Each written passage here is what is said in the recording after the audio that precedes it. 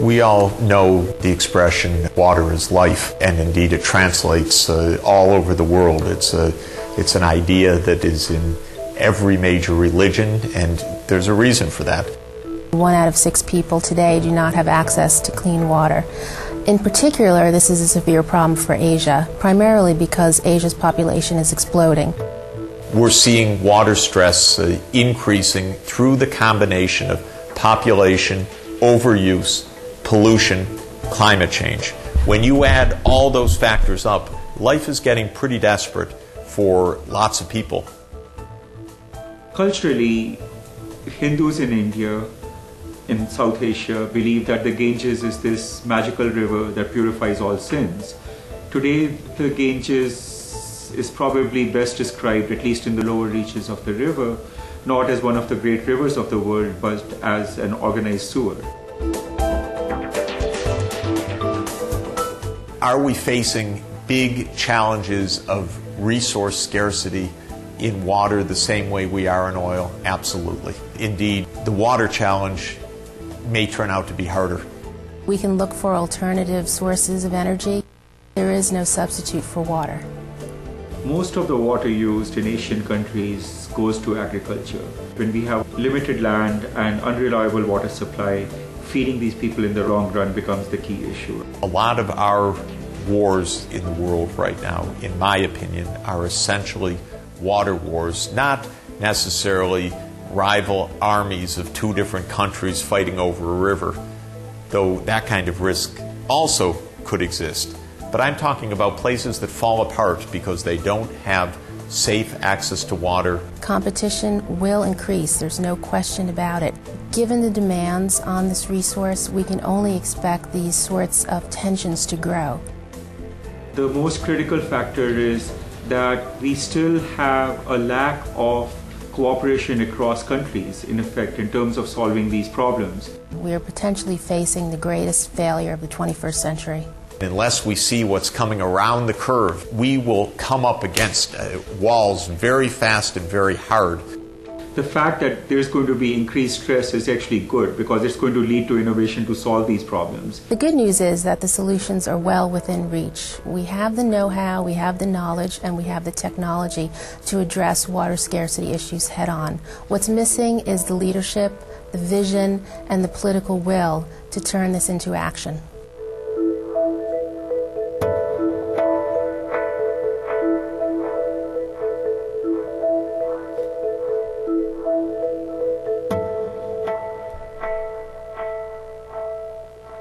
Cool. I like it starting meetings with films. The last time we did it, we were having our Olympic meeting, and it was one of the Olympic racers who was racing a cheetah, and he leapt out and stopped the bullet. That got everyone's attention. Yeah, so that's okay. No, this is but this is good. No, we don't always have to have Yao Ming and people stopping bullets and things to even though that was fun. But I really appreciate that. We were letting people kind of filter in, but also now we will officially start the meeting. Okay, you all with me? Caffeinated? Yes, good. My name, for those of you that don't know, because I know this invitation went out to the Environmental Change and Security Programs list as well as the China Environment Forum. My name's Jennifer Turner, and I direct the China Environment Forum here at the Wilson Center.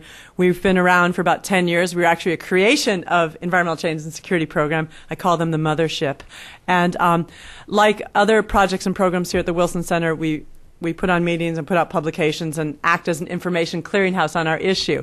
And the China Environment Forum, because of my own personal interests, and those of you that come to my meetings know, I really am into the water issue in China.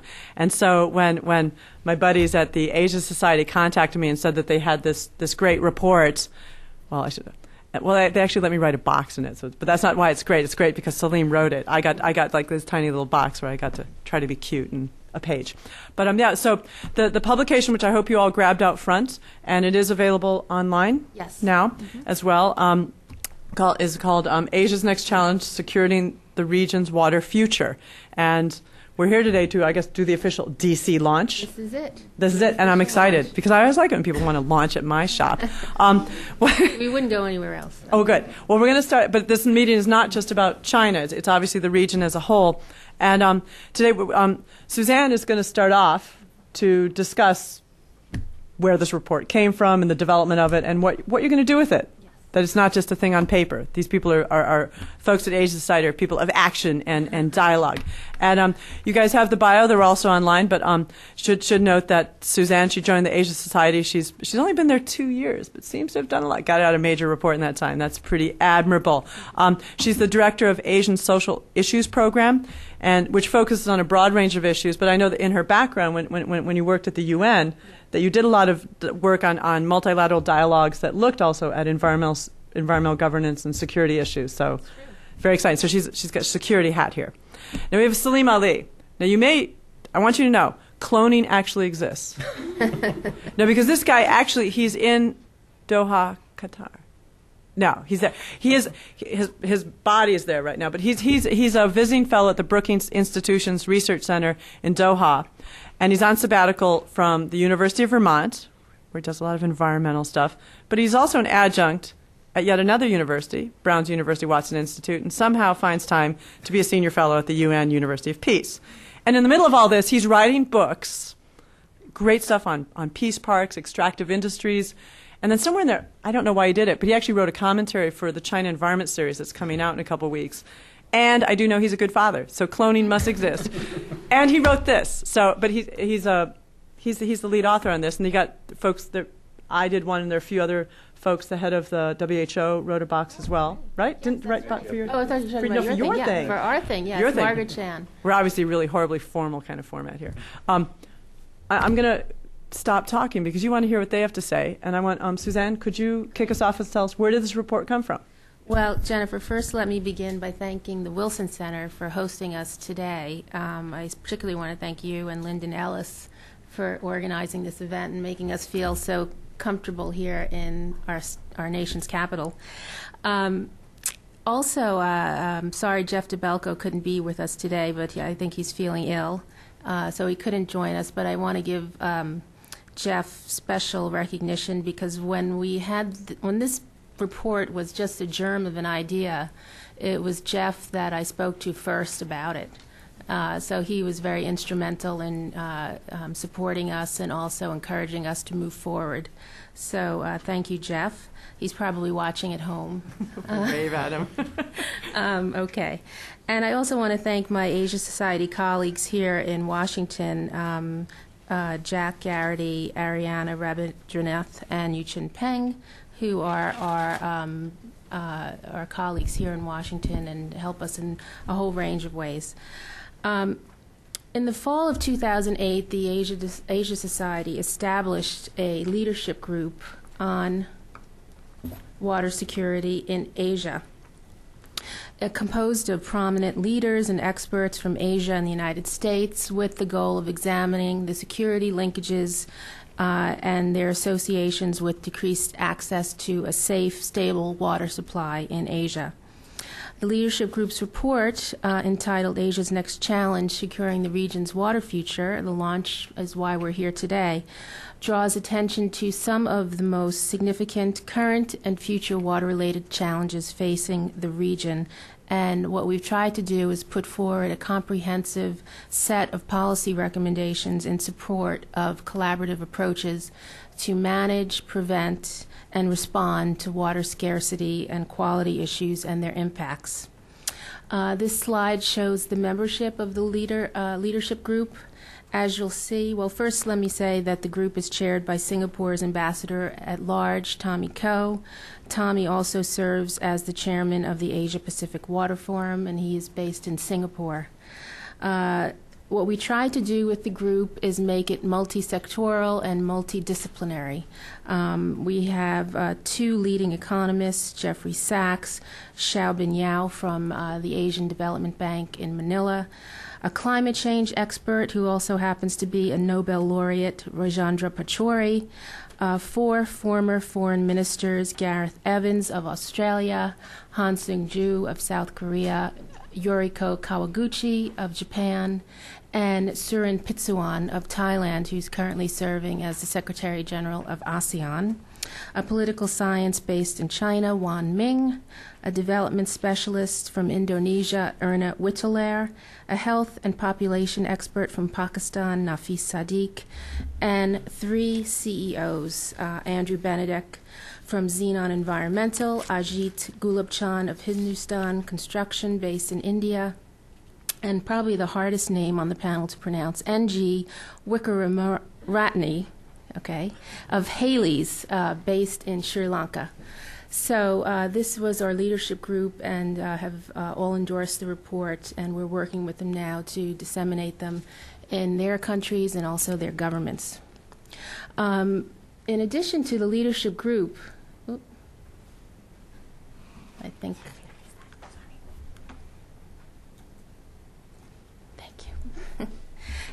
we invited a number of leading experts to contribute essays throughout the report. You'll see they're sprinkled throughout. Margaret Chan, as Jennifer mentioned, Director General of WHO, contributed an essay on water quality issues and their health-related aspects. Upman Ulal and Kapil Narula, both of the Earth Institute's Water Center, contributed an essay on water security in India. Rajendra Pachauri contributed an essay on climate change and water. Jennifer contributed, which I think one of the better essays. You didn't hear that. She wouldn't say it was one of the worst, right?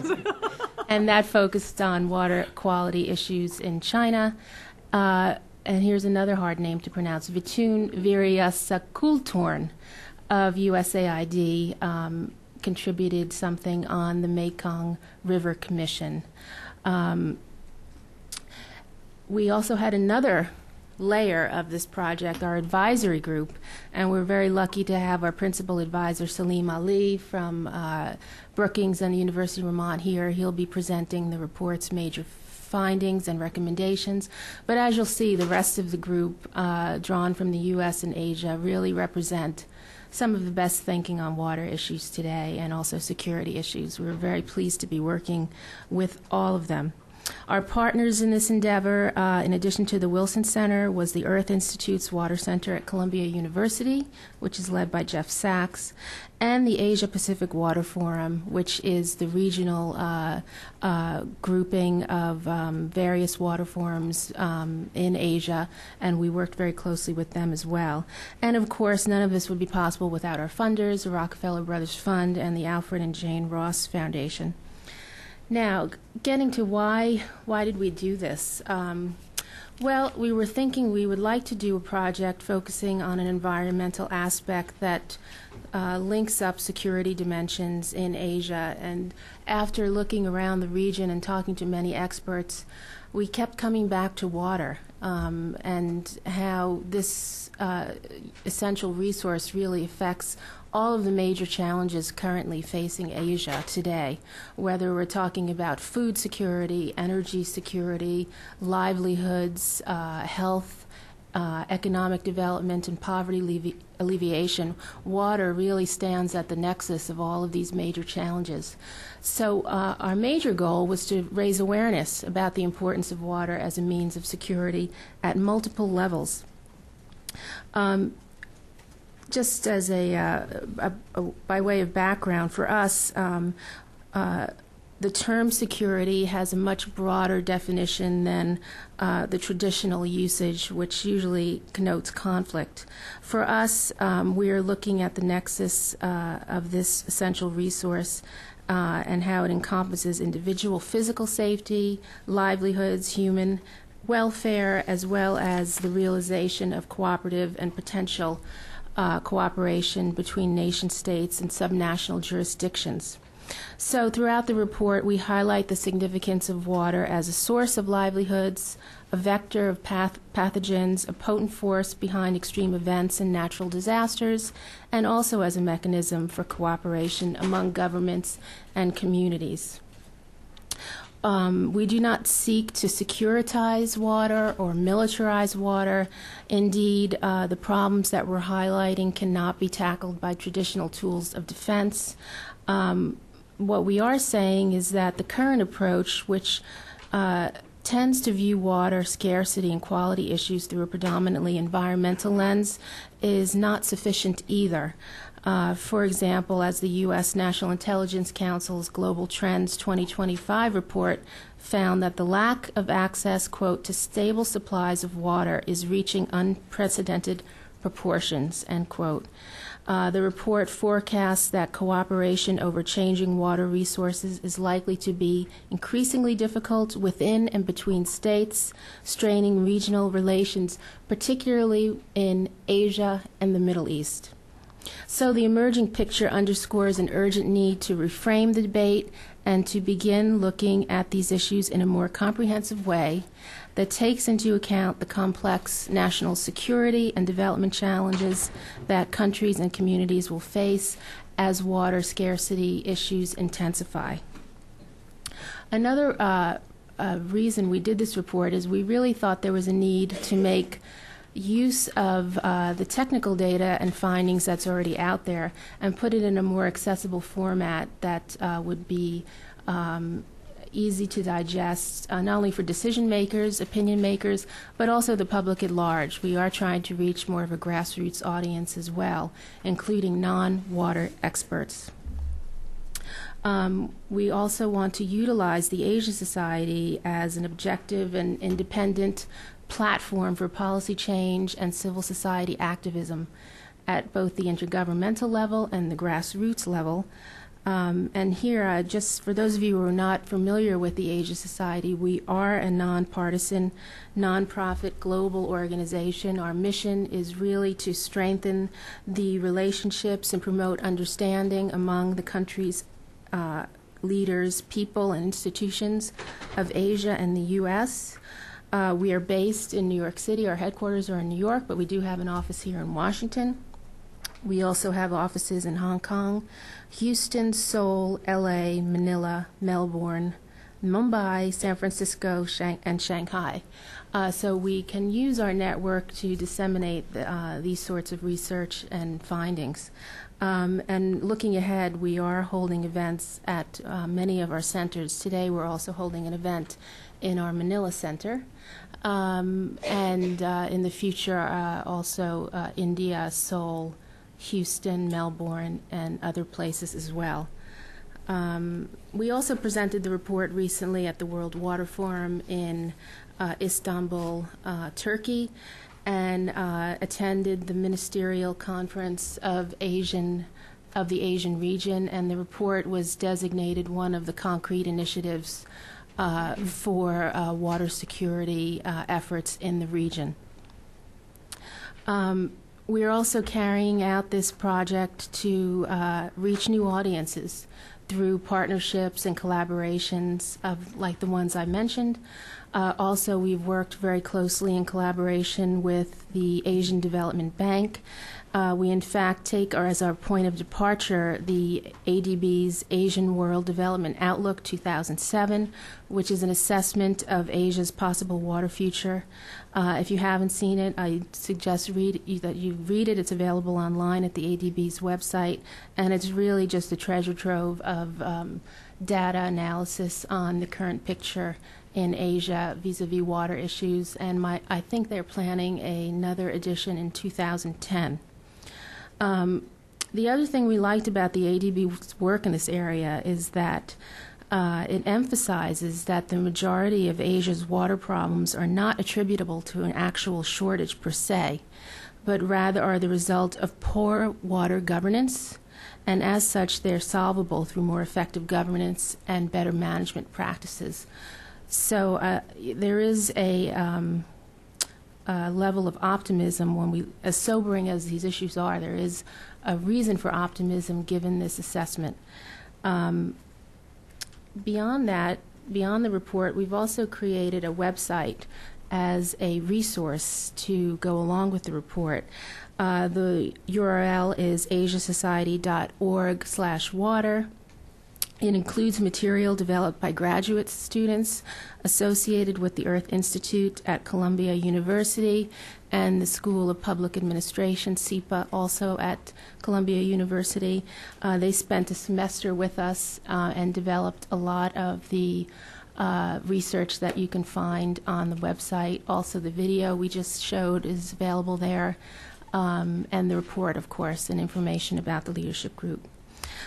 So now Salim's going to talk about the report itself, but looking ahead to the discussion after the presentations, I should say that we're now in the process of thinking through our next steps. This report is really just a small first step. That's the way we look at it. We're thinking through some various ways we can continue our work in this area, whether it's looking at a specific region within Asia or a specific sector. But I know there are many experts in this room with various backgrounds. So in the Q&A, if there are suggestions you have on where you think we can make a difference, please let us know. So now I will pass the baton to Salim. Thank you, Suzanne. It's a special delight for me also to be back at the Wilson Center meeting friends like Jennifer. And again, I'd also like to acknowledge my Facebook buddy also, Jeff DeBelco, who is not with us, and I do hope our paths will cross again soon. Special thanks also to Robert Su, who's with us from the Asia Society, who helped tremendously with this report. Of course, Suzanne led the effort as well, and I'm very grateful to her for her support of my work and encouragement throughout the process. The Earth Institute students also deserve special thanks too, because they helped to find a lot of the data. Some of the charts which I'll be showing we were able to get with the help of the Earth Institute. Okay, so I always like to start presentations with some kind of artwork, because I certainly believe in the cliche that pictures worth 1,000 words, and I found this pastel painting from the work of the Italian artist Angela Anelli, very recent work actually, just from last year, titled Carrying Water. And it shows basically the predicament that Asia is in right now. It's the painting of a woman somewhere in Asia balancing a water vessel. And if that vessel were to lose its balance and fall, it would shatter, as would probably the dreams and development of her community if that kept happening. So it's a symbol of really the challenge that we're trying to deal with, balancing various issues of quantity and quality and governance at multiple levels. I should also mention my website is there if you want further details about my work. It's fairly easy to remember. Now, in terms of defining the water crisis in Asia, just some general statistics or information pointers for you. If we think about indicators of water scarcity in terms of demography and per capita, Asia is really the world's most water scarce continent after Antarctica. We can't really count in terms of a permanently inhabited continent. And the situation is very stark, because the global population growth is also going to be centered in Asia in coming years. And then within that dynamic, the rural to urban population migration flows are also going to be acute in Asia. So these are all pointers of immense concern, why we need to consider the issue at a continental level.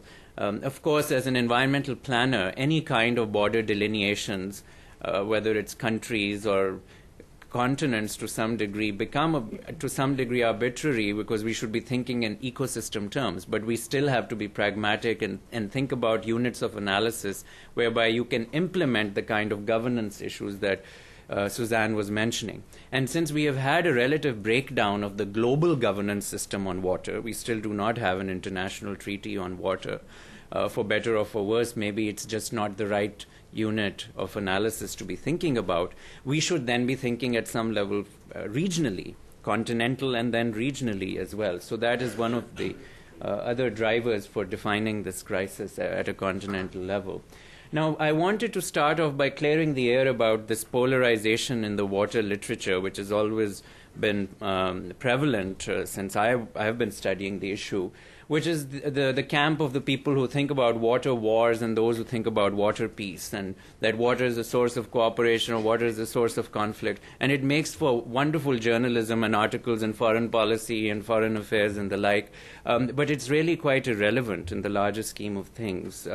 Yes, we see that there is potential for both, and thanks to Aaron Wolf from Oregon State, he's actually delineated it for us in terms of historical, cooperative, and conflict events. And you see that, you can have these various issues of water, infrastructure, quantity, hydropower, and others. You can have them categorized in this way, if you like, if it's helpful. But what we're trying to think about is human security, really, the jargon that's prevalent right now, the way Suzanne described it, that we have to think about how is water, in terms of a means of survival and livelihood and development, going to be available. Whether it leads to conflict or cooperation, it should be there in the background, of course, and we should try and utilize any cooperative potential for water and try to prevent any conflicts from water arising. But the focus should really not become whether to prove one camp right or prove the other camp right, which tends to be, especially in academia, people like to disprove this hypothesis and prove that hypothesis. And what we're trying to say is we really need to move beyond that and be pragmatic in solving the issue. So water availability per capita, if you look at Asia, and we've put some comparative countries in there, the United States is in orange. My own country of origin, Pakistan, is acutely water scarce, as you can see per capita up there. But our friendly neighbor India is not far behind either. So clearly this is not something which we can relegate to one country, again thinking in ecological terms. And of course China, the other major power in Asia, is very close behind as well on that account. We do have to still recognize that there is a lot of disparity in terms of water availability per capita in Asia. We have countries like Laos, of course, which have much more, but then they still have other issues in terms of, like the Mekong River Commission, which was set up to deal with some of the other issues of governance and what would happen upstream, downstream issues. So this kind of information is helpful at one level, but then we have to go to the next level and consider these issues. I should mention Australia also, because the point was brought up when we made the launch in New York. It depends on how you look at the data, and this is one of those things where the devil is in the detail. If we look at it this way, Australia comes out as not being too water scarce, but the reason for that is that you're thinking in terms of the country, and you're also thinking of the population base is relatively small compared to the whole water resource base. But where the water is available and where the population is located, of course, is a challenge too. So if you look at it, the data this way, one thing it suggests is water, having spent some time in Australia, I know that in Brisbane they had a huge water crisis just 2 years ago. It was a terrible drought, and they had to deal with rationing of water, more or less. So we have to be careful how the data is used there, because what this implies is you could technically find a solution to bring water from where it is to where it needs to be. And unfortunately, that has not been possible. The other aspect of this data is that some of the groundwater is not included in this. And then groundwater we have to think about as non-renewable groundwater. In Australia, a lot of it is from the Artesian Basin, which is fossilized water essentially, versus the other renewable groundwater. And we do also have an international agreement in the works on groundwater, which is somewhat heartening, but it's still, it's got a long way to go. So just to sort of give you some further detail on how to interpret the data. The other way to think about water, because we're dealing with political borders, inevitably, the way the situation is right now in the world, much as I would want a Star Trek world without countries and so on, we still have to deal with them. That was the Roddenberry vision I always mention when I talk about peace parks. The goal was you don't need it, but we do. So that's why we have to use this kind of statistic, dependency ratio. How much of the water in a country comes physically from outside its borders, right? So for the dependency ratios, you can see countries like Pakistan and Bangladesh have very high dependency ratios, which means that a large percentage of their water comes from outside their political boundaries. And so if you do not have transboundary cooperation, you're going to end up with a very serious challenge. Again, there is a lot of disparity within the continent too. You have countries, on the other hand, like Kyrgyzstan in Central Asia, where all of the water comes from within. So it's a water power, essentially. I mean, most people haven't heard of Kyrgyzstan apart from some obtuse references to people confusing it with the country that Borat was all about, but which is Kazakhstan, actually. But Kyrgyzstan is really a water power, really, because it has all the mountain ranges and so on. So the dependency ratio there is 0, but then it could potentially be in the business of water trade and so on and as well, and those factors have to be considered. Bangladesh, we want to highlight again the ones which we are most concerned with right now. Bangladesh and Pakistan are a matter of great concern, and I've also highlighted some of the other ones in terms of how the disparities are there in China, since it's a large country, it doesn't have a very high dependency ratio, but there are other challenges internally. The land degradation issue is something we also looked at in the report, and we looked at it in different ways. We looked at it in terms of the population affected and the percentage, the darker the shade and moving towards red, the more acute the issue. You see that countries such as Nepal, in terms of water availability, it's actually not that bad. Nepal has a lot of water available. In fact, that's one of the points of leverage it has with India. But on the other hand, the land degradation is very severe. And so how is that happening? What are the issues that are underway there that lead to, in some cases, this disconnect too? And land degradation has to do with other factors of deforestation, of other kinds of environmental indicators which need to be considered as well. The other way we looked at the data also was in terms of degraded territory. So one is in terms of population affected because of high population density, and then the other is, and the other was in terms of the total area affected. Oh Lord, this is a bit too fast for me. Okay. So you see that in terms of the degraded territory, you have some other statistics to consider, and that's why, especially someone who teaches research methodology to my graduate students, it's very important to be able to look at the data in different ways and understand the dynamics. Otherwise, you can get a somewhat distorted picture as well. So I'm not going to go into it in too much detail because it's in the report. What I want to spend more time also is on a little bit of a discussion of a case study, which is not in the report, but I thought I'd add it here since we have a little bit more time, and it's always nice to have something additional to the report since you've taken the trouble to come to the session. So the glacial recession aspect, though, is important to consider. I should mention that in some of these cases, we were able to get some original data also. A lot of it we were able to get from other sources like Aquastat, the FAO database for water. But in this particular case, we actually went to the primary researchers, and Rob was able to get them to send us the spreadsheets, and also we were able to generate some of this information. The glacial recession data, if you read like Science magazine or Nature, it is all over the map too, because you have someone who will come up with, this glacier in the Hindu Kush mountains actually is increasing in volume. And then you have some climate skeptics who will still come out of the woodwork and say, aha, we told you so, we're all confused, and so on and so forth. So I wanted to put up this thing because it shows that with all these different ranges, we've got the Pamir, the Tian Shan, Himalayas, and then also across Asia, the overall trend is in decline. And we have to recognize that because you have about 200 to 300 million people who are dependent on water from these glaciers in the Himalayas. We have to be very sensitive to this issue. This is one area where there is a potential for absolute scarcity, which goes beyond governance. And we have to think about what needs to be done. And sadly, some of these glaciers are areas of conflict. And the last time I was at the Wilson Center, I presented some work I've been doing on peace parks, on transboundary conservation zones.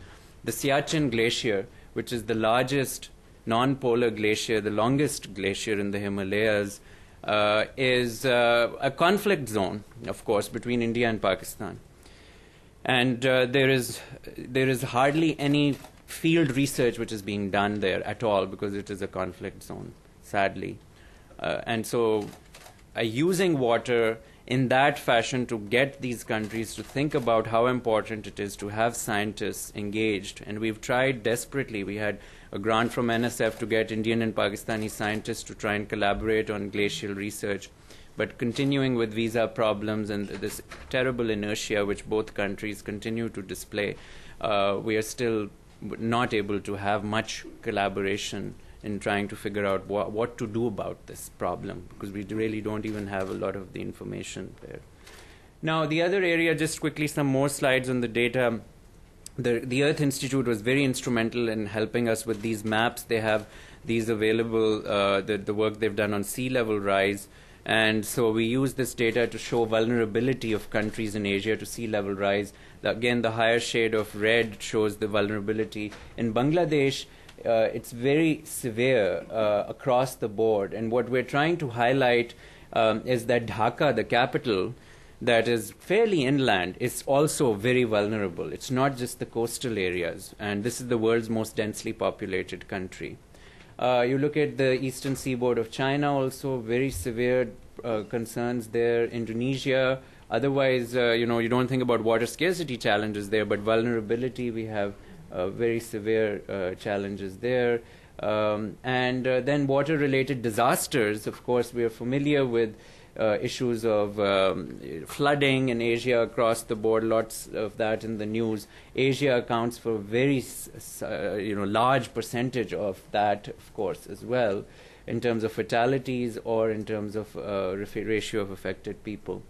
Now, let's just look at this case study of South Asia. This is the extra bit I said, which is not in the report. It's discussed a little bit tangentially, but I wanted to go into a little bit more historical detail.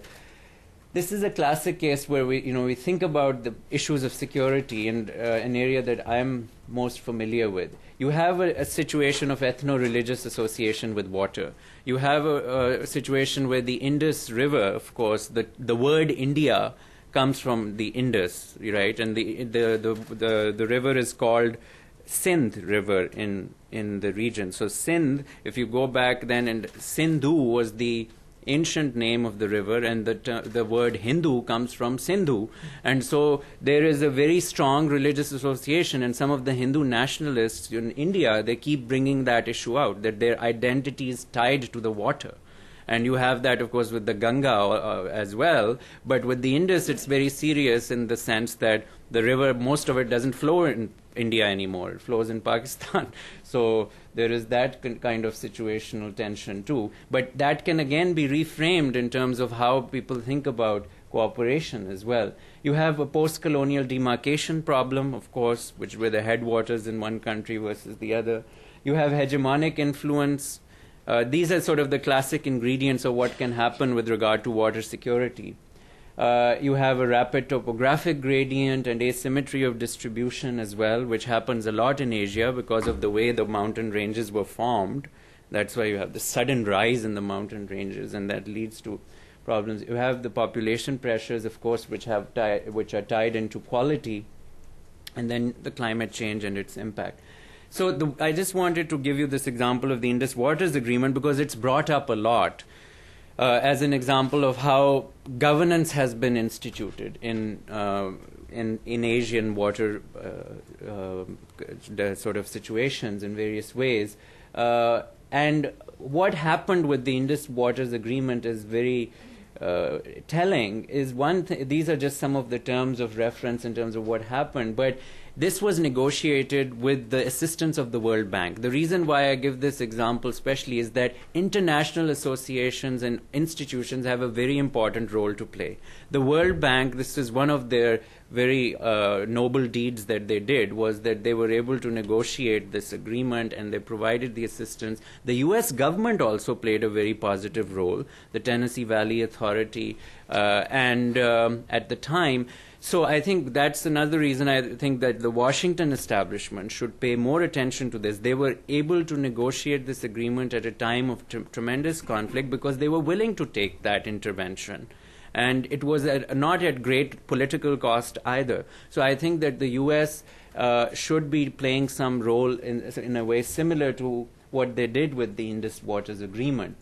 This is an example of what the international sort of review boards like the World Commission on Dams have to say about the Indus Waters Treaty. And the World Commission of Dams, as you must be familiar with, was an exercise in trying to evaluate the role of large dams. The Indus Basin Agreement also established 2 large dams in Pakistan and 2 in India. And so they provided this kind of a narrative of what this agreement has accomplished, which is quite significant also. Of course, the World Commission on Dams, in terms of a transnational exercise in evaluating governance, is a very interesting case. We don't have time right now to go into it, but I just wanted to share this evaluation from them of the situation. I also wanted to talk briefly about the role of water as a means of sort of improving the security situation as well. Because this is significant, it is something that we need to consider. In 1951, the U.S. was willing to acknowledge this kind of a situation. The U.S. Assistant Secretary of State at the time for South Asia, George McGee, he made this statement, that a settlement of the canal waters question would signify those basic reversals of policy by the governments of both India and Pakistan. Thus, the canal waters question is not only a functional problem, but also a political one linked to the Kashmir dispute. And this is something now that even some of the commentators in both India and Pakistan are beginning to acknowledge that there is this dimension also of the Kashmir dispute, which after this period, they forgot about. Both countries said, we don't want to talk about it. There is no linkage. There is absolutely no issue. That's a totally different separatist issue, so on and so forth. But this is something, again, that Mr. Holbrooke perhaps also should consider, because when he's thinking about the whole region in terms of India, Pakistan, Afghanistan, he's only charged with Pakistan and Afghanistan, of course, right now. But this linkage with the issues of availability and scarcity are something that could potentially bring both sides either together or away. And there is a water connection with Afghanistan also, of course, which is very water scarce as well. So what is the erstwhile linkage there? This is another example that the Pakistani Prime Minister in 1957, Sohrawardi, also made this connection too. And now there is this reluctance, so there's a kind of denial about this aspect of that particular situation. And you could have a win-win dynamic if there is some kind of an assurance game played with, especially with Pakistan as the downstream riparian, about assurance about water availability. I think the resistance Pakistan has to engage and consider the line of control between the two countries as a permanent border, which is what India's demand is partly related to this. And even the brigadier generals in Pakistan, just Brigadier Shaukat Qadir, just 3-4 months ago wrote an op-ed, and he gave an interview actually to a TV news channel where he specifically mentioned this as one of the reasons. So that is why I think, because again Mr. Holbrooke is saying that he did go to New Delhi 2 weeks ago, which shows that and even though he's not officially charged, there is some kind of role being played. You cannot escape from this dynamic as well. So commissions and cooperation, if you think about the aspect of the terms of the treaty, these are just the general terms of the treaty which were set up. But it's remarkable that the level of communication between both India and Pakistan on water has been very regular. There have been a few times when there was a rise in hostilities on the border where the communication stalled. But on the whole, it's been very regular in terms of exchanging flow data, meteorological data, back and forth in real time sometimes also. Okay, so just quickly beyond Asia then, we also want this report to be used in a way just similar to what I was giving the example, where the report can really move the political apparatus beyond their inertia at multiple levels. We also think that at the international level, we need to consider some other examples, and we talk about these briefly. There are some examples from Europe. There is a Convention on Protection of Transboundary Watercourses in International Lakes. There should be a similar kind of an approach to Asia, perhaps, where we can learn lessons from some of these other agreements. The UN Convention I mentioned is stalled, of course, because they don't have enough people. So that's one of the reasons why, even so, that may be something to pursue, and some of the environmental groups have been pushing for that in a different form. The World Wild Fund for Nature had a whole session on the World Water Forum to try and push for a UN convention. But we don't know exactly if that may be the right unit of analysis, because sometimes if you get a whole global convention, it's so watered down, so to speak, that it is not a cliches, but it's that it's not of much consequence, right? And that was one of the reasons why the UN Convention on Forests was opposed by even environmentalists at one time. It was one of the 4 Rio summit proposals, the one which fell out, and then they had the Forum on Forests, but not of that much. So maybe that's why regionally, again, we want to highlight that.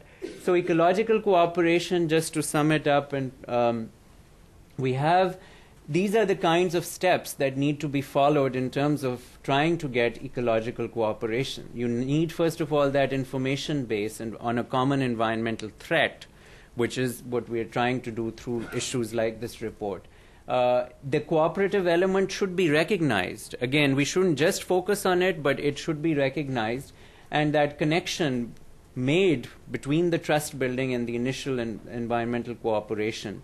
We need those continuous interactions. And one thing which I often say is these reports, we do have this report fatigue sometimes that comes in with, especially with the UN system and other places where there's so many things being generated and people like, what will happen? But it's that interaction continues. There's an iterative process.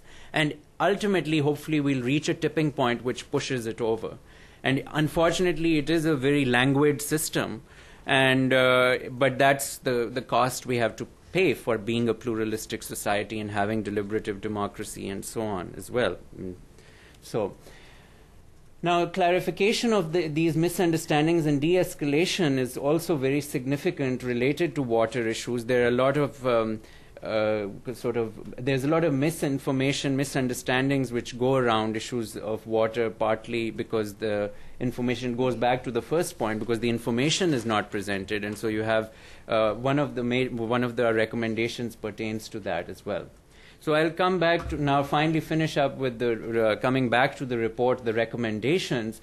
We've got some of them may seem, when we put them on the PowerPoint, to be just very generic, but we make them fairly specific in the report and then on the website. And one of the goals of this process is to make them even more specific as we interact with stakeholders. So we're having all these other sessions all over Asia. We hope to get more specific recommendations. But we really do want water to be raised to the highest level in whatever capacity that security agenda is, whether it may be that it means having something at the defense ministry level too, but not necessarily. We do not want this to necessarily, as Suzanne was saying, to become an issue of the military trying to protect dams, which they already do to some degree, but we want it to be considered in terms of livelihoods and development and security in that context.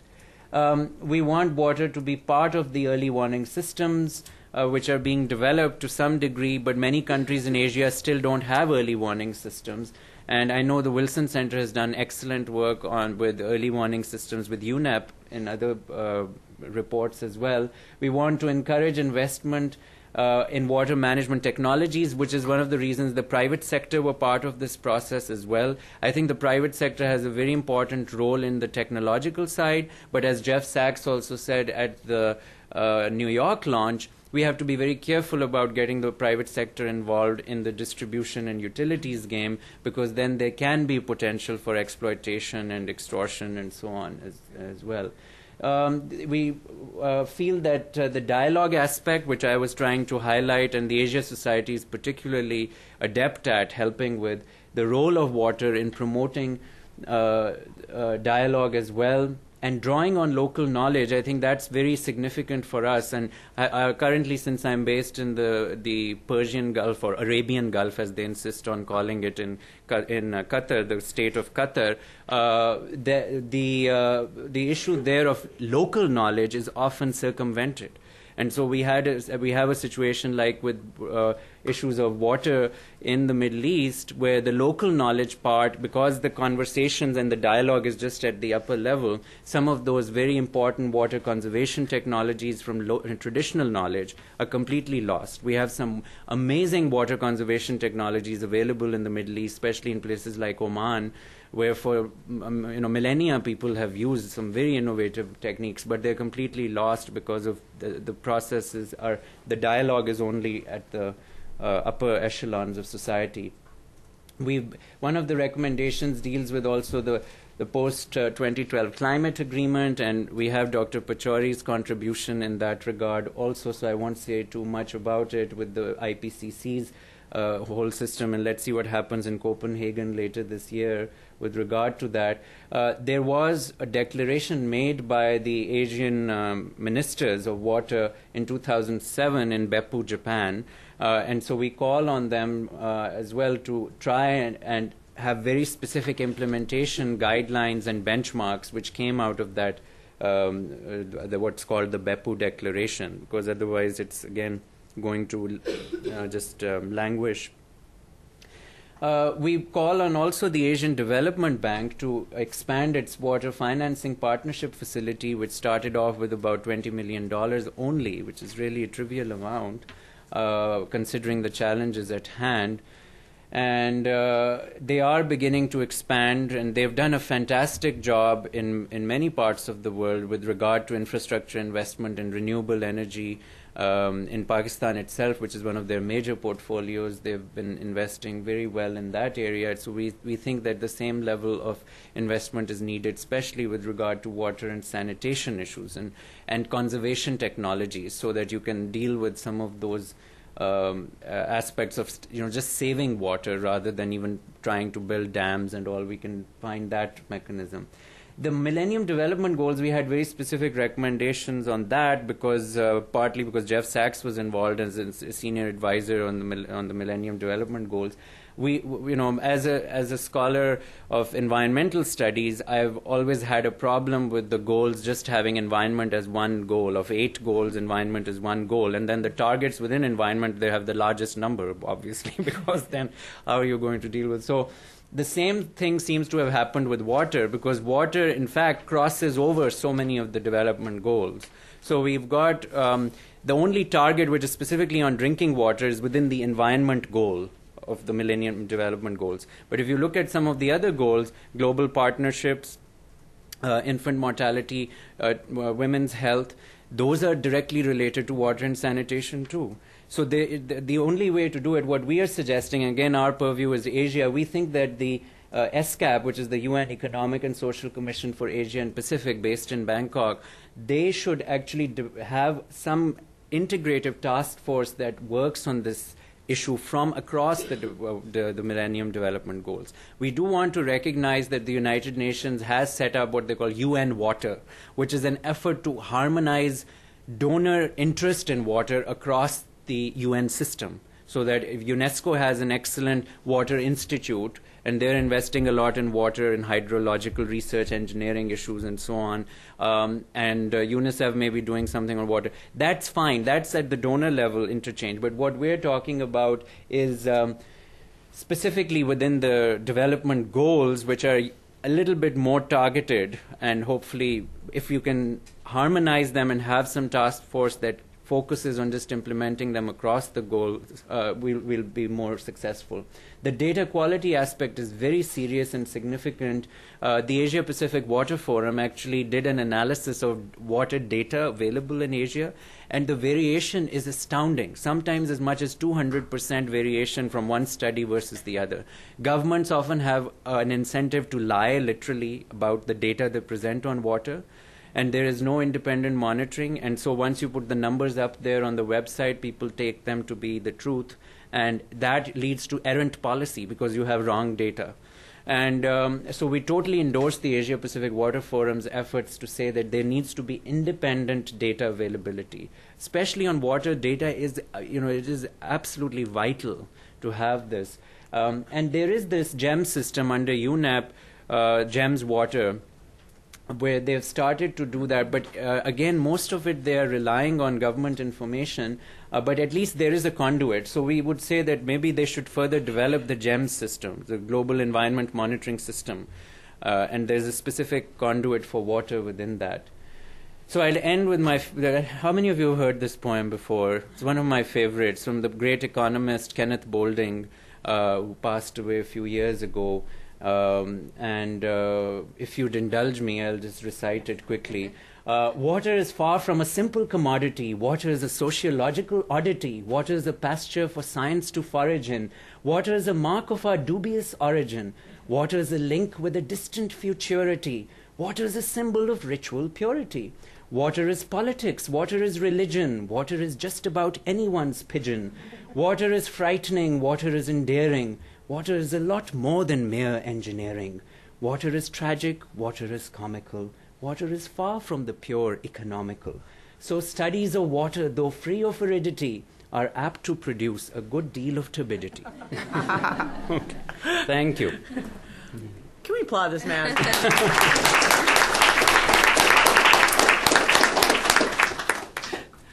That's a new one. I haven't had anyone end with a poem before, but I like that. I cannot replace Jeff DeBelko. I can't talk about the water security issues that he might have mentioned, so we did a quick reshuffling. He's sick, and so I'm just going to talk for just a couple minutes about what I obviously know best, which is China. And I think that, I will start with a quote, though, attributed to Mark Twain: "Whiskey's for drinking and water's for fighting," right? And I think this is not just true about China. I think when you look at the report that they did, that all the Asian countries are all facing the same, what I call the triple threat to water, which is also the threat to the economies and the people, which is basically scarcity, pollution, and, lack of a better term, mismanaged infrastructure, that dams and water transfers that are not always done for, they're done for political reasons and making money oftentimes, or there's just no checks on how they're done. And I think, though, that being the China mafia person here, I think, of course, that the magnitude of the damage to China's water and the speed that's being done it's one of the fastest in Asia. I think India is probably the most comparable. And India and China are also crucially important, as Salim mentioned, because they control the waters, the headwaters of many of these important rivers. Now, I should say at the beginning, so there's no misunderstanding, now the Chinese central government is, I think in the last few years, we're really seeing them take water problems much more seriously. A lot of their attention, understandably, and the global attention had been focused on China's air and energy problems. We know that, the climate change, the air pollution. 750,000 people die early every year because of respiratory illnesses. And now the number of deaths directly from water problems aren't as great right now, but I think when you look at the long-term trends of the water degradation and the scarcities in China, we have major disasters potentially coming. And it does have a global and regional impact that we can talk about in the Q&A.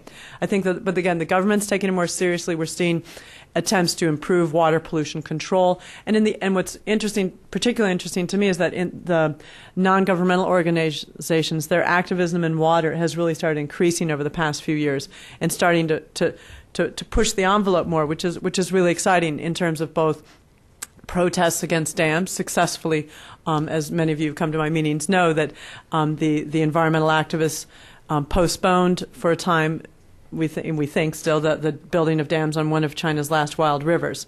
And I am starting to see, happily enough, that there is more international work going into China on water. Still not enough, and we can talk about that in the Q&A. But just indulge a couple factoids on China's stats, just to kind of depress you, but then get more optimistic thinking about why it's so important to listen to the recommendations that the Asia Society report has.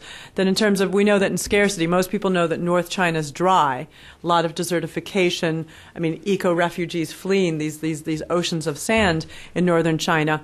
But also you should know that in southwest China, because of the karst geology, that a lot of water, because of the limestone, it sinks directly into underground rivers. So in southwest China, which is a very poor part of the country, a lot of ethnic minorities, one of the key factors that they are poor is that they cannot access water. I mean, the water is invisible and inaccessible. So that's not just in China. Something like 25% of the world's population lives in karst areas. So it's just, many scarcity is caused for many reasons. Obviously, waste issues. I mean, we know that northern China, probably centuries, but we can blame Mao a little bit for pushing development. We got to mention Mao at least once.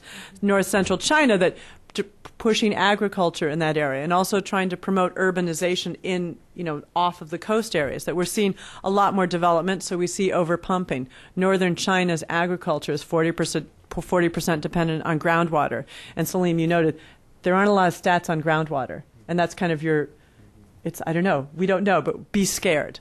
Okay, throughout Asia, be scared of the fact that we don't have the numbers on groundwater, and we also don't have really enough numbers on soil degradation, which is linked with the water issue. Pollution. 700 million Chinese have difficulty accessing safe water, and the Ministry of Health, which is in China, which has long been silent on pollution health issues, is now starting to talk, and notably on water issues, saying that they believe 190 million Chinese drink water that's making them sick. There are growing protests on water. Our China Environment Series publication that comes out in 2 weeks, we have a feature article looking at environmental mass protests. Again, data, numbers, hard to get, but we really are seeing that water pollution issues in rural areas is becoming a major source of protests. And the Chinese government is concerned about this because, I'm starting to see more progressive policies and actions on water. Now, of course, anytime and of interest to you guys too, of course, is with your regional focus, is China's damming of rivers. But I should point out that within China, while damming, there are questions of damming and the major water transfer project from the Yangtze to the northern China, that there have been both the scientists and communities and NGOs becoming more concerned about these projects domestically. But you don't yet see a lot of discussion within China about the transboundary, among the public. I think part of it because the water problems are so severe domestically that they're just dealing with them. But we have seen that the Southwater Northward project has been postponed, the Middle Canal. If you want details, I can give you more. And we're kind of hoping that Western Canal that taking out of Sichuan and impacting waters coming out of Tibet may not happen. But we have seen. There was a book published in 2006 that talked about, that was called Tibet's Water Will Save China. And the idea of planning to dam the Brahmaputra and divert water again to the Yellow River. North China is very dry. It's a severe crisis. But if they do this, that it could mean that India and Bangladesh is a little number flashing there on externally dependent on water resources, they can see a 60% fall in water. And what is a concern to me is that we haven't really seen any dialogue between India, and you correct me, he will correct me, I'm sure he will. Between India and China, we're not seeing dialogue on this question. China, they're upriver, and they don't really get engaged. They are on observer status in the Mekong River Basin Commission. That's encouraging. But now just last couple points about just thinking about, within China itself, their governance problems with water really are a regional problem. The fact that their water is mismanaged, that the Ministry of Water Resources still takes very much a supply-side management approach. You're not enough on conservation. I think we're going to there's talk, not seeing as much action, but it has to come because the water crises are growing. But now today, at least half of the water piped into cities is lost. 40 to 60% is lost in agriculture. Those are not stats that we like. But I think you would see similar stats in other Asian countries as well. Water is underpriced, water rights are unclear, but China did just pass a property rights law on land, and we're seeing a lot of experimentation, and so there's hope that we are going to see clear water rights in China on water because it matters for the region. And I'll just tick off a couple points, and then I'm going to ask him questions because he's the smart guy up here. Because when I give talks about China's water, I often ask people, I can ask you, but why should we care? There's obviously the regional security transboundary water issue, but also with the magnitude of water pollution, China's coastal waters are ostensibly dead, which means Chinese fishers are going further out and clashing with other, the competition for fish is great. Most China, here's a little thing that even links it to us, right? We don't think of China's water impacting us in the United States, but China, 67% of their fish is raised in aquaculture. That water's dirty. how do the fish stay alive? We've had meetings on this, and some of you know and can probably give this talk better than me now since you've heard it, but that they're given a lot of antibiotics, a lot of fungicides in the water. And these fish, a lot of them are exported. We consume a lot of these fish, but then recently we have been banning their fish. But again, fish is an important protein source in Asia, and it's not just China. Aquaculture is happening throughout Asia, and aquaculture can be polluting, damaging a wild species, and they're also moving more towards carnivorous fishes. And so, the water issues do matter to us. But now I'm going to start with a question, because they want to hear you more than me. One question I have that you said at the end, kind of generally, kind of the international community needs to be involved. But since we are in D.C., can I ask you in terms of, it doesn't have to just be China, but what do you see as the role of the United States in starting to work with Asia on these issues? Well, I think that they need to make this part of some of their various regional efforts. There are two levels. One is with the role they're playing through USAID, through the development apparatus, clearly, which they've already had allocation for water projects and all. But I think the prominence of those projects needs to be raised. I personally feel in some cases there needs to be far more investment on the technological side as well from USAID in terms of water sanitation facilities, because that will allow for that conservation aspect to come forward. So, for example, right now in Pakistan, and most countries actually, even Philippines, I found out only 1% of the wastewater is actually treated. But it's about the same in most of these countries, sometimes even less. There is no infrastructure at all for that available, so the quality and the quantity are related to each other, and that's where I think the development emphasis should be going.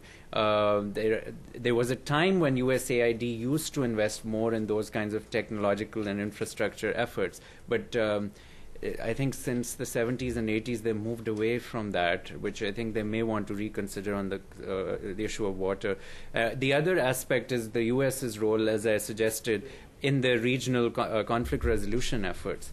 I think they need to pay more attention to water in that context, especially in South Asia, which they have not done now, even though they did historically. That's why I wanted to share that Indus Basin example, is that the US government, you had the Assistant Secretary of State making those statements. They were engaged, but somewhere, and partly it was because of good leadership we had at the TVA level. There were people like Lilienthal and all who had a personal commitment, and I see that that's not as much the case right now. So I think that's another area where the US should play a much more active role as well. And maybe Suzanne has some thoughts also.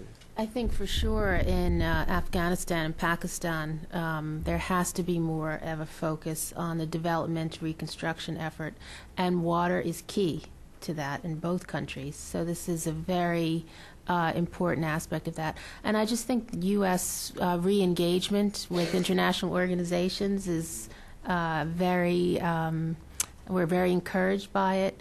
But I think this is one area where the United States could really beef up its support of the UN system's work on water. And beyond that, I think water really is one of those areas where we could beef up our public diplomacy presence. There's a lot of damage that's been done over the past 8 years, and this is an area where if we really want to win back the hearts and minds of people in Asia through water development and addressing water security issues, is a real, I think, a win-win for the United States. Okay, I'm going to ask Peter if you can grab the mic back there, my research intern, and because we're on webcast land, you have to speak into the microphone. Oh, and I've got another. And if you can make sure that you just say your name and affiliation before your question. I have a question Peter, right in back. Gentleman, raise his hand quite high. Hello, can you hear me? Yeah. Yes. Hey, Dan Yi from Sinotech Automobile Technology. This might be a beginner's question, so please bear with me. And this is for Jennifer. I was in China about 3 weeks ago, and I was kind of surprised about the price of their water. I talked to one of their water board and regarding some American technology I want to bring in to purify water, and really their only concern is how much what is the return on investment? How much does water cost? What's the economic factor? I don't see the urgency in which they should have due to this lack of water. And this is in Beijing, which is a low water area. So, obviously, the economics doesn't add up because you have a great demand for water, but yet you have northern China being, a very shortage area. So where does the supply of water, where is it made up? Because obviously the low price of water means that they do reach some sort of equilibrium, but yet from statistics, we don't see that. So do they just use really dirty water? Because I see a lot of water purifier in everybody's house. So where does this supply come from? I mentioned that there's a very much a supply side management focus, that Beijing is notorious for getting emergency water supplies from the Yellow River. They stole Tianjin's reservoir a few years back. Beijing, because it is the capital, they do get their water. The first canal, the much easier in Chinese. The South Waters Northward project, the Eastern Canal did go up, but most of that water was dirty. And it's very frustrating to the northern provinces that we need water, but we have to clean it. And so you're right. The economics doesn't add up, and that water is overall priced low. And in terms of, is this true for all of Asia? Is any particularly egregious? In India, for example, what's water cost? Is it a similar story? Well, the government subsidizes to a large degree in many of these places. And the pricing scheme, of course, incrementally, that needs to be revisited. It's a big problem in the Middle East, where I'm based, in Qatar. And in Dubai, the water authority, I mentioned in New York also, the water authority in Dubai is $4 billion in debt because they've been, the pricing has been absurd. And they finally did a reform, and then they said, well, we're going to have incremental pricing, but all the Emirati will be excluded. So they're going to basically subsidize it for the people who are consuming it the most. So, so you have these kinds of disjuncture, especially in West Asia and the Middle East. But in other places, like in India, it's a similar issue as well to what is happening in China. And a lot of problems between states also in India. A lot of conflicts internally, too, similarly. Some other questions first. Helen up here. Okay, just jog around there on the inside, Peter. Either way.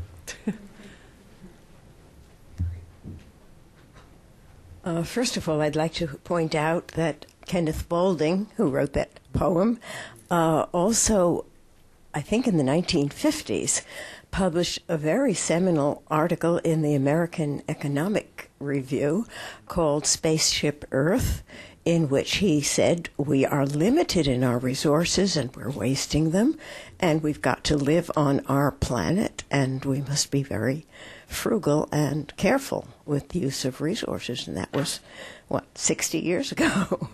Whatever, 50. And then I have three questions. One is... This is Helen. Oh, I'm sorry. I'm Helen Raffel of Resources for the Future. First of all, I have wondered for a long time whether China's insistence on holding on to Tibet, with all the problems there, wasn't due in part to the control of so much of the source of the major rivers in China as well as elsewhere. And being in control of the source of the glaciers that are now being depleted, of course, was terribly important politically to China. So that's my first question. My second question is the polluter pays principle. So often the sources of the water in the mountainous areas are from very poor regions, low GNP per capita and so forth, so that they can't really afford to clean the water before it flows down. And isn't it more important for those who can afford to pay for it, the users of water, as opposed to the nations that are the source of very polluted water, often because of the nature of the disposal of garbage and so forth? Isn't it important perhaps not to have the polluter pay, but to have the user pay in some cases? My third question is a very long-term question. Water all around, but not a drop to drink. Don't you think that renewable energy development so that we can desalinate the ocean water would be a very important way to overcome the water shortage with the glaciers melting and so forth. There's all this water, salt water in the ocean, so that I think energy development is perhaps a primary goal of solving the water problem eventually. And can the pipes that now transport petroleum all over the world be cleaned out and used for water transport from the ocean areas? Go at least. Why don't you start? The Tibet one, I thought maybe you might be able to everyone wants to take that question, Helen. I think that overall, Tibet is a highly politically sensitive issue that, besides, a lot of talk about, of course, Tibet, besides water, there are a lot of mineral resources as well, but also Tibet is seen something, it's a security issue, not always best terms of its neighbors. And I think that, I don't know, I in some ways I can't answer the question of what they were thinking back in 1949, but I believe, though, that it is very telling that you do have the debate switching to, the waters of Tibet can be used to save China, which, again, is just another supply-side management focus, and that's one that has to be shifted. They're saying the same thing also about glaciers up in Xinjiang, and that, they may get what they want because the glaciers are melting, and it may, in the short term, promote development in central China and in western China. There are golf courses, the cotton farms out in Xinjiang, my favorite, kind of PLA run in some degree, and that you're going to be building up this development in northern China from all these melting glaciers, and then at one point the glaciers are gone. And then I was just at Northwestern giving a talk, and a student said, "Well, what happens then?" I said, "I don't know." Your guess is as good as mine. But it's a scary prospect, and it's one that that we have to think about. Okay, you get polluter pays and desalinization, sir. And the Tibet one, I think, just to briefly comment, I would like to have a study, actually, maybe some kind of GIS study which looks at where the water is coming from with regard to Tibet. I don't think, because Tibet itself is fairly dry, and so the water flows from the Himalayas. They tend to be, of course, more to the south in any case. Yeah. And a lot of the Chinese rivers, I think, are actually the big ones are not fed from that area. I think they're fed from other areas. But it would be nice to have some kind of an analysis. I know there are all kinds of resource determinism theories on Tibet. Oil is also part of them, and natural gas and so on. I from my relatively cursory knowledge of China, and Jennifer is much better qualified on this, I think that there is much more of an ethno-historical conflict with regard to Tibet, and we shouldn't downplay that. We in the environmental community, we do have a tendency then to put that environmental variable on everything, and sometimes, it's just not there. But I don't know. Let's see. But a very good point for more empirical work. The other two, polluter pays, the problem is that in these countries, there has been absolutely no polluter pay implementation at all. So I think that's where we have to first start, because some of these factories all across China, India, Pakistan, Bangladesh, there has been absolutely no enforcement, except for the only enforcement I have seen, especially in the textile sector, which I have visited a lot in South Asia, is when actually there's pressure from the buyers in the US or in Europe to have water treatment plants set up. Otherwise, as part of their corporate social responsibility policies. And I have seen those corporate social responsibilities make a difference. That if it was not for Nike and Reebok actually saying, yes, you have to do this, I don't think the local laws would be implemented at that level. So I think we have to start there. But yes, the user pay aspect is important too. So both are needed, certainly. The desalination, right now the technology is being used in terms of solar desalination in mobile units in some parts of the Middle East. And I hope that there's more investment in that. I agree that this is potentially a win-win outcome if we can find a way to use it. But at present, what I've seen, the mobile units they have in the UAE and Qatar has one too, they are not economical. They cannot do it at a large scale at all. But I have heard, we gave this presentation in Dubai also, I should mention. We had the Dubai School of Government, we had a pre-launch And there was someone who came to me afterwards and said, we have just discovered this revolutionary technology now to actually desalinate water using the upper layer of vapor above the surface of the water and harness that with solar energy. And so I said, well, that's really promising, and maybe you'll win a Nobel Prize or something. I don't know what it is. But it's great. I mean, I'm all for that. And I know I'm always amazed with it. I think we underestimate the role of technology. Partly my academic lineage from MIT, I was always just marveled at what was going on in those labs, walking down the corridors, and I wouldn't be surprised if something like that happened, certainly. So all for that, but right now I think it's down there. The pipeline issue is interesting, you mentioned, because my project for Brookings actually is on oil and gas pipelines as a source of cooperation in the region. Because as you know, there are plans for a pipeline from Iran to India through Pakistan. And so what I've been looking at is, well, couldn't this potentially be a win-win outcome for the U.S. administration and others to think about how we can use these pipelines as a means of cooperation? The Bush administration had opposed it. We don't quite know how the Obama administration will play out because they're still reviewing the Iran policy. So the pipeline infrastructure is huge and it's being built. But for the foreseeable future, I don't see it being used for water, partly because of where it's going, from where it's coming. It's usually coming from areas which are very water deficient and going to areas which are so. But on the desalinization, I mean, right now the trends, I mean, I don't know if you could talk more of the region. I know that in China that they are building huge desalination plants and they're being supplied by coal power. And so you've got this cycle that's not really solving a problem. And I guess so is desalinization, are there big plants being built anywhere else in Asia, or is China the main? The major ones I know of are in West Asia. I believe they were in Japan at some point. They had considered, but I don't know. I'm not sure. But someone else might know here. I haven't followed it that much, but.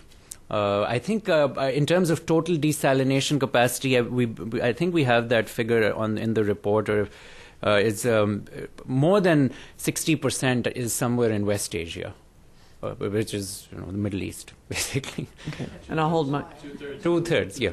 Two-thirds, yeah, is exactly. I think it might even actually be in the Gulf Cooperation Council countries. Yeah. So two-thirds of desalinization is in the installed capacity. Installed capacity is in the West, as you said, GCC countries or West Asia. Okay, got some other questions. I had a hand here. How about 1 and 2? 1, 2, 3. Okay, Peter, give it to the gentleman right there. Yeah. So then he could do a quick one right afterwards. Yes, ma'am. Hi, I'm Rachel Posner with the Center for Strategic and International Studies. I just wanted to congratulate you on this report. I think it's great, and I'm really excited to see the next steps.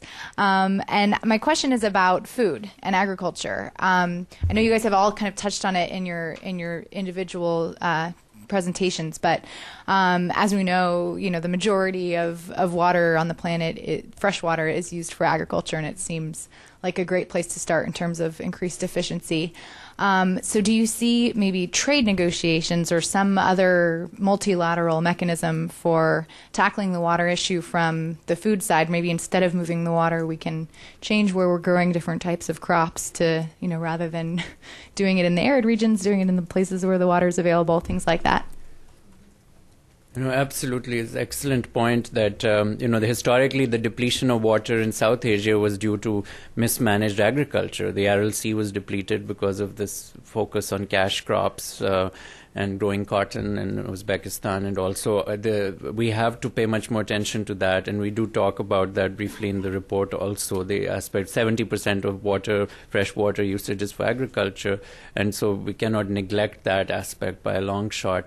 And the kinds of crops where they're grown. Part of it is because of this issue, again, of a lack of trust between countries, and there has been this imperative for food security domestically. In India, clearly, that's a major issue.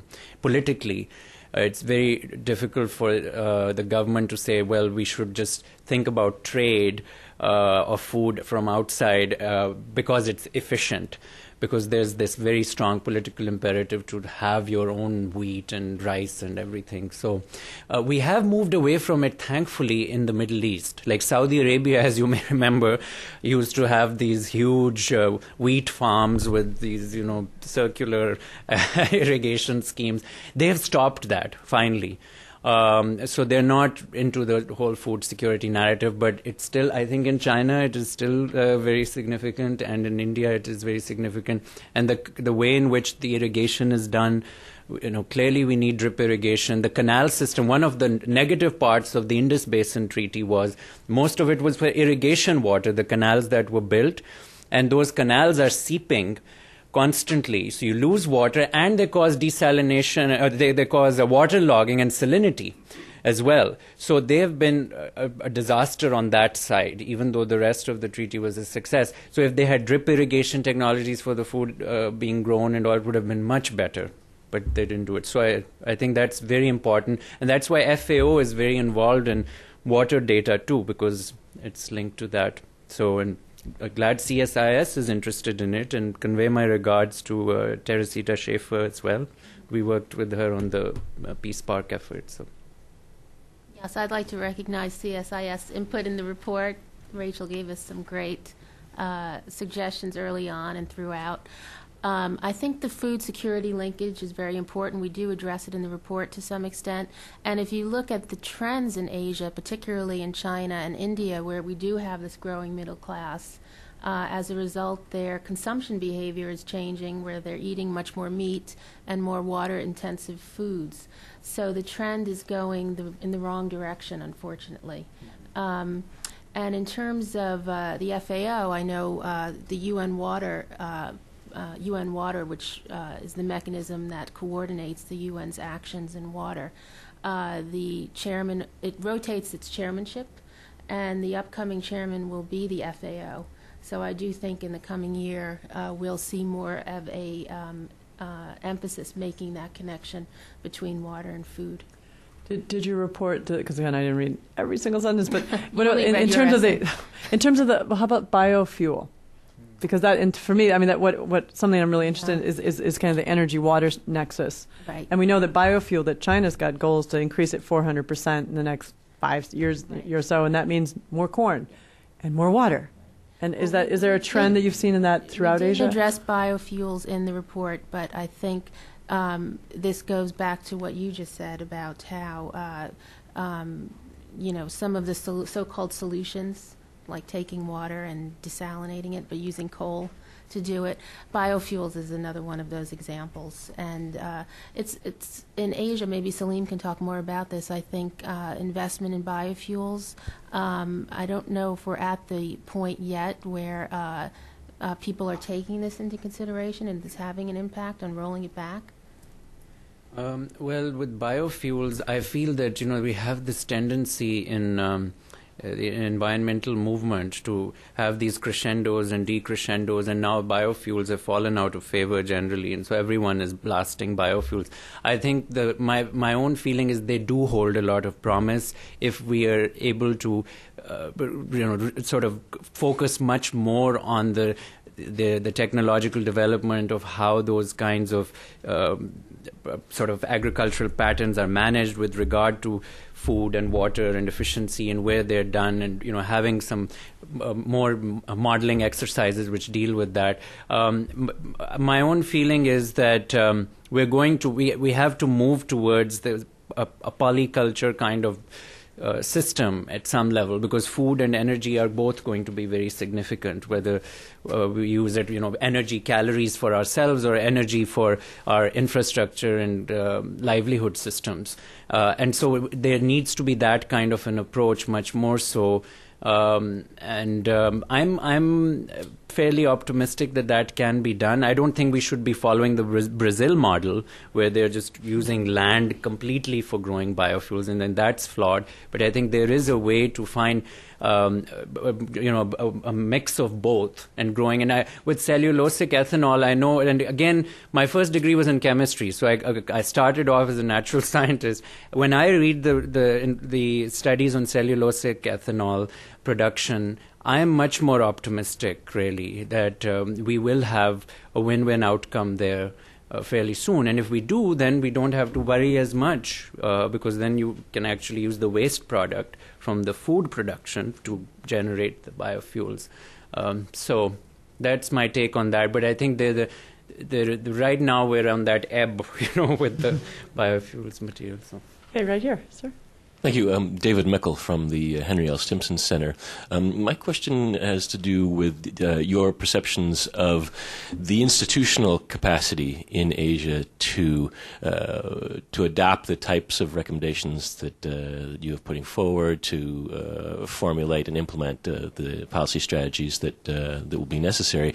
Salim, you began your presentation talking about the somewhat arbitrary nature of political boundaries and how we really should be thinking at the catchment or the basin level, but are the jurisdictional boundaries of the institutions, and here I'm thinking both of national borders, but also the boundaries between agencies, between water management institutions, environmental agencies, tourism, energy.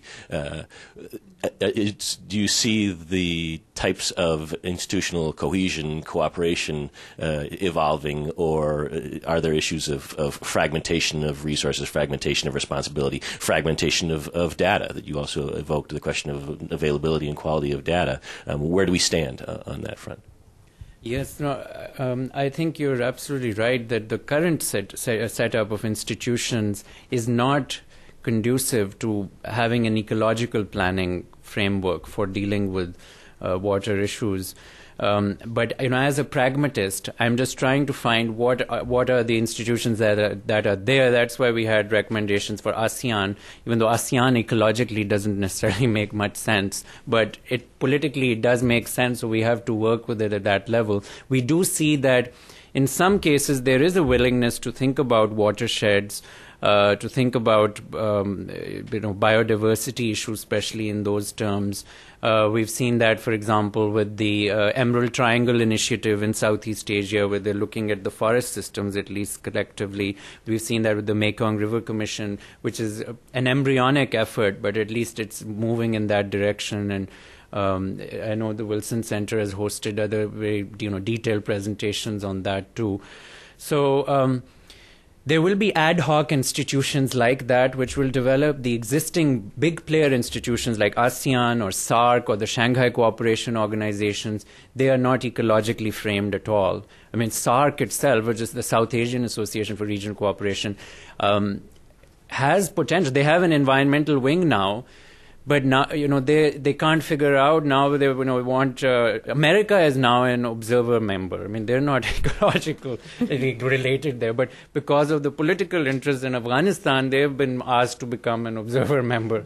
But it's maybe, again, and from a pragmatic perspective, I said, okay, that's all right. Maybe because of the American role in mediating the Indus Basin Agreement, maybe it's good that they are a member and can provide as an observer to help these countries come together at that level. So I'm not averse to that. I mean, I'm not an ecological purist. I do wish people would, at least, even if they are politically structured, would still think in terms of watersheds and ecosystems.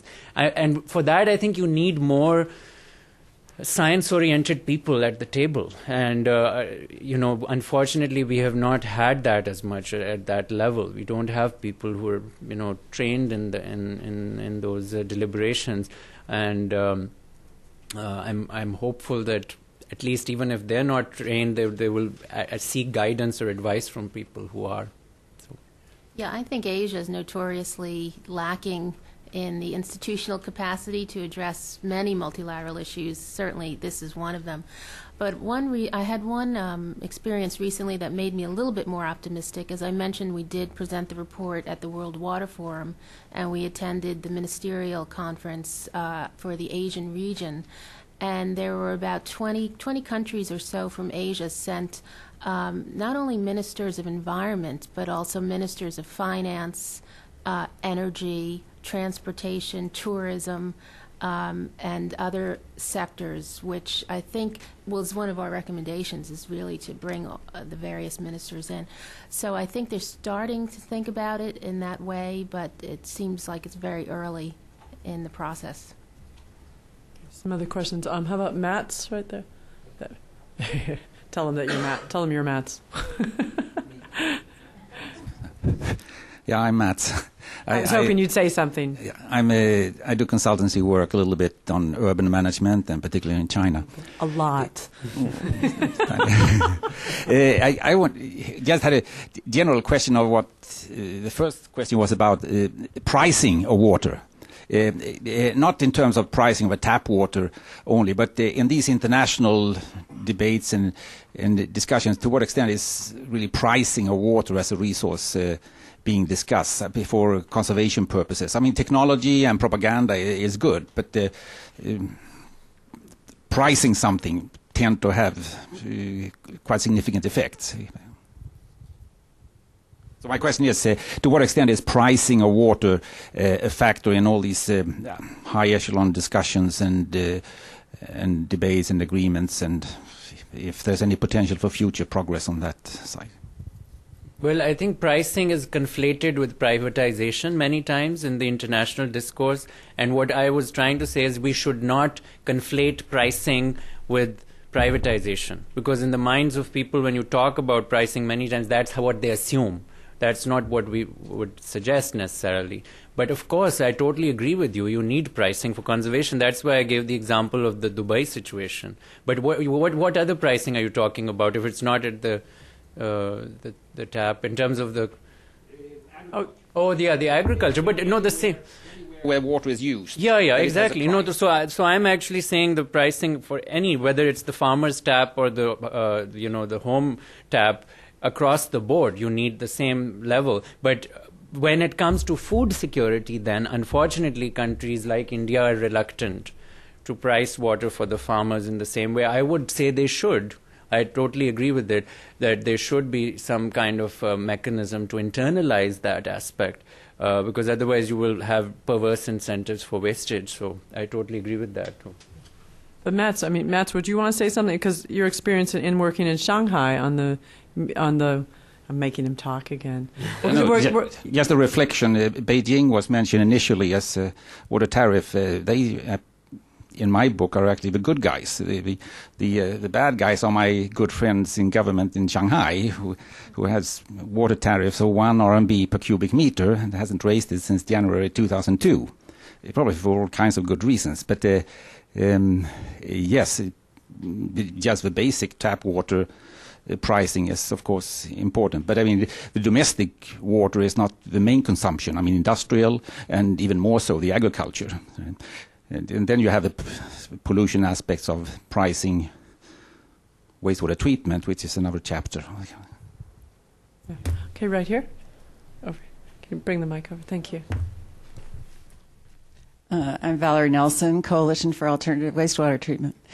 The International Water Association and Water Environment Federation are getting very, very interested in concepts of cities of the future and how water has tremendous value in revitalized cities, not just drinking water and sanitation, but actually greening cities, restoring rivers, using water systems and vegetation to cool down buildings.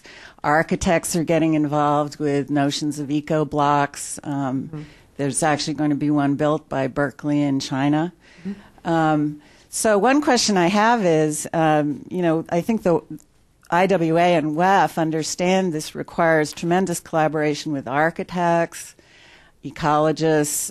How do you get the most value out of how water is managed? Essentially, it's linked to so many things, as you said, but how do you embed those in buildings? Green roofs, stream restoration, healthier cities, better air quality, cooler cities, all this. It's a kind of institutional collaboration that's a big challenge to the engineers. So I guess that's follow-up with watershed kinds of questions. Do you see the institutions responding to this tremendous value-added cities of the future kind of concept where water is at the heart of revitalization of health and quality of life and economics in the cities of the future. Well, absolutely. I mean, again, those are the win-win outcomes. If you're going to have ecological design and all, though, again, one has to be a little bit careful about how that's framed. Was in Qatar recently, they said all the buildings they're going to build in Education City, which is this new development they're doing, they'll be ecologically designed. And then someone said, well, they should have green roofs. Said, well, please be careful on what you would want with your green roofs there, because the metric they were focused on was their carbon footprint and so on, rather than saying, well, what about where the water is coming from? And it said, if you want to do that, then put the carbon footprint for the energy you're using to desalinate the water, to put the green roof up there. And they weren't thinking along those lines. So one has to be very careful, because there tend to be, you sometimes miss the trees for the forest, or the forest for the trees. So that's my only concern. But otherwise, sure, the win-win outcomes are great. The role of, the way water has been used also in cities like Seoul in Korea is marvelous. How they've revitalized the old canal there and made it a public space and all. In fact, we had in Istanbul the example the Japanese delegate gave from the Japan Water Forum. So it's promising, absolutely, the role of cities in this positive development. Yeah. I should interject shamelessly advertising. Your Asia Society San Francisco office is holding a conference on May 1st on greening cities in China. Yes. And you can find information at I'm our sending my website assistant. on that. We can let us know. We can get you information about what great insights. But it's true that is becoming a hotter topic in China. I mean, I like it that there's the Arup doing the project in Dalian, I think, on the eco blocks. And if that really gets traction, that could be quite exciting. Okay, right there, 1 and 2. Dr. 1, Ali, 2, 3. you mentioned the significance of the melting of the glaciers in the Himalayas and the difficulty of getting the parties together to discuss the issue. And I'm wondering, I'm Bill Mansfield from the United Nations Environment Program, and I was wondering if you could suggest a way that it might be possible to start that kind of a discussion. Where could that take place? Okay, yes, thank you. Well, at multiple levels. I mean, I think that unfortunately UNEP is not empowered to do this. Otherwise, I think they would be a great venue. But UNEP is beholden to whether the member states will actually ask them to do something. And so I know that unfortunately your hands are tied on that account. I had suggested that it should be the IUCN could have been a venue to start that kind of discussion at one point, because IUCN is involved with a lot of these issues, and the other group that I worked with briefly was ICIMOD, the International Center for Integrated Mountain Development, which is based in Kathmandu, Nepal. And it's a relatively neutral location, in fact, for India and Pakistan to meet, because neither side need visas, thankfully, to go there. And you can physically get them together, because we had such a whole issue with our NSF work to get the scientists back and forth. So ICIMOD might be a good place if they can be empowered at the ministerial level to be able to have that kind of an exchange on saying, let's talk about glaciers in terms of regional cooperation. And thinking about science as a means of peace building. The example in my Peace Parks book, which came out a year and a half ago, we give in that is Antarctica as a classic example of how science was used as a peace building tool. Even at the height of the Cold War, you could get people together to think about scientific research and lay aside their claims and so on. And in many ways, these glaciers are similar in terms of, no one can live there. That's the irony of the Siachen, especially 20,000 feet. People are dying of hypothermia more so than bullets, and yet so I think the glacial terrain that way is very promising as well. The other way the UN often operates is to have an international treaty which deals with just the issues of glacial systems and all. Like with Antarctica, there was the Antarctic Treaty. I don't know if we have that much momentum to move on that, unfortunately. So. But for the Himalayan glaciers, at least, ICIMOD would be a good venue if it can be empowered. And they're doing some good work in terms of producing, knowledge and information about Himalayan ecosystem. So. And I mean, at a very small level, I mean, we've had Isabel Hilton here speaking about this topic, and anecdotally, we're hearing that there are a lot of the scientists themselves. While there's not an entity, that the Chinese scientists are now starting to go and meet with glacier scientists from other countries, and so, so there appears to be kind of interest. Level of, yes. But where the Chinese Academy of Science, but that's what Isabel Hilton at China Dialogue, based in the UK and in Beijing, is actually they're trying to again it's a non-governmental initiative, but trying to broker getting this on the agenda. So. Yeah. Lots of small steps. In the very back, Peter, the woman in the back, and then the gentleman in the front, who's so patient. Arisha Ashraf, World Resources Institute. What do you mean by water governance, and which aspects, from your experience, are most lacking in Asia? And for the sake of time, of course, you can pick one or two case countries.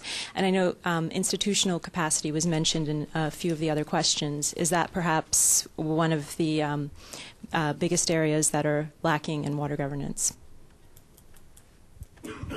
Would you like to go first? Or I'll just start. I think by water governance, we mean in a very broad sense at the national governmental level, means of cooperation among them to plan together to address these issues. Also, we include international organizations and existing regional organizations and mechanisms, so that web of organizations and governments dealing with water. In terms of Asia's capacity to deal with issues institutionally at a regional level, there is sort of a resistance when you compare it to other regions of the world, and particularly in the area of security. I think when you compare it to certainly Europe and even other parts, I mean, even Africa's regional capacity to deal with issues. Asia is very segmented. You have ASEAN here, and they have the Asian Regional Forum, and then you have the development of Shanghai Regional Cooperation. But in terms of Asia as a whole, there is sort of a lack of a regional organization that's dealing with these issues in tandem. So that's what I think, what I meant by that. I don't know if you have anything to add. Yes, so it's both interstate and intrastate cooperation. I mean, the word governance really connotes some level of control, and the control can be a deliberative control through various processes of democracy and so on, or we could have more autocratic control also. So that's what I mean by governance, is that in some cases you need very clear benchmarks on, well, this is something that is unacceptable for the global community, just as we are beginning to have some emergence of a system on governance related to human rights and institutions of that kind. We do not have anything of that kind for water at all. So it can be interstate, it can be intrastate, and as long as that there is some structure and control, and that control should be should be grounded in science. I think that's very critically important, and it shouldn't be grounded in opportunistic political moves. And I should have included civil society in the governance equation. As Jeff Sachs made the point very strongly at our New York launch, we should not rely and wait for governments to solve these problems for us. And I think the civil society component is very important in empowering individuals and civil society organizations to be leading voices in advocating for some of the things that we're talking about. Your day in the sun has come, sir. No problems. I'm Todd Thurwalker with the Center for Cultural Interchange, but until last December was with the U.S. Commercial Service, most recently in Beijing working on intellectual property issues, but most of my career in China and Japan. And I was curious with Dr. Ali discussing about his earlier days at MIT and his respect for the people doing the technological gizmos and potential for breakthroughs. And my experience about how well Japanese are often situated to commercialize technological innovations, and how sometimes they are quite focused on longer term. I was interested in what you said about Istanbul and something bright about what some Japanese entity was doing there. I was wondering where the Japanese are in this on the water issue. Have they been fairly proactive or laying in the weeds, or where you see that going? Was that a planted question? they're giggling like yes. The Japanese have been very active. I mean, they're the major contributors to the Asian Development Bank, and so any work the ADB is doing, that they're very active, and they're the major contributors to the Asia Pacific Water Forum. They have their own Japan Water Forum. So they are very active, and in South Asia they have been very active. They just in terms of Pakistan, they hosted the Pakistan Donors Conference in Tokyo and have made a commitment of over $1 billion. And the Japanese aid, I must say, is very well targeted often in Pakistan, because it builds. And Pakistan is the country I'm most familiar with how aid is used. It's usually very well targeted, and they build infrastructure, maintain it, and follow up with it. So.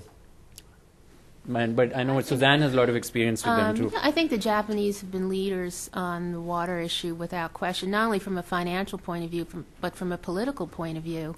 In addition to funding a lot of these regional organizations' work in water, Japanese politicians and leaders have sort of mainstreamed water as part of their approach to sustainable development.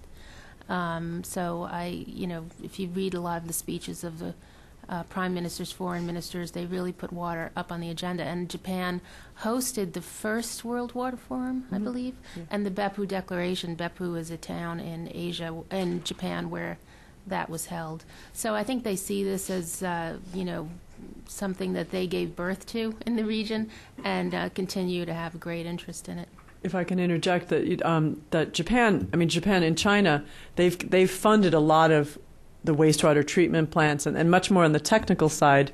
But those of you that know China know that those plants are not often turned on, and so there's that kind of so the Japanese. When I've had a lot of meetings, in fact, I'm hopefully crossing. It looks like the Japan Foundation is going to support the China Environment Forum. We're waiting for we were told it's coming, but to do a project bringing Japanese and U.S.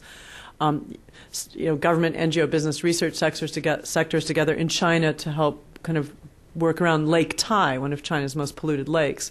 And I say, and because Japan and the U.S. have an agreement actually to work on water issues internationally, and notably they're not doing it in China, and they're doing some in Bangladesh and some in Africa. But I keep thinking Asia, and so that's why so it's kind of exciting, because again I see the Japanese as a big force behind this, but I also think that the U.S. and Japan could join together to work on these issues.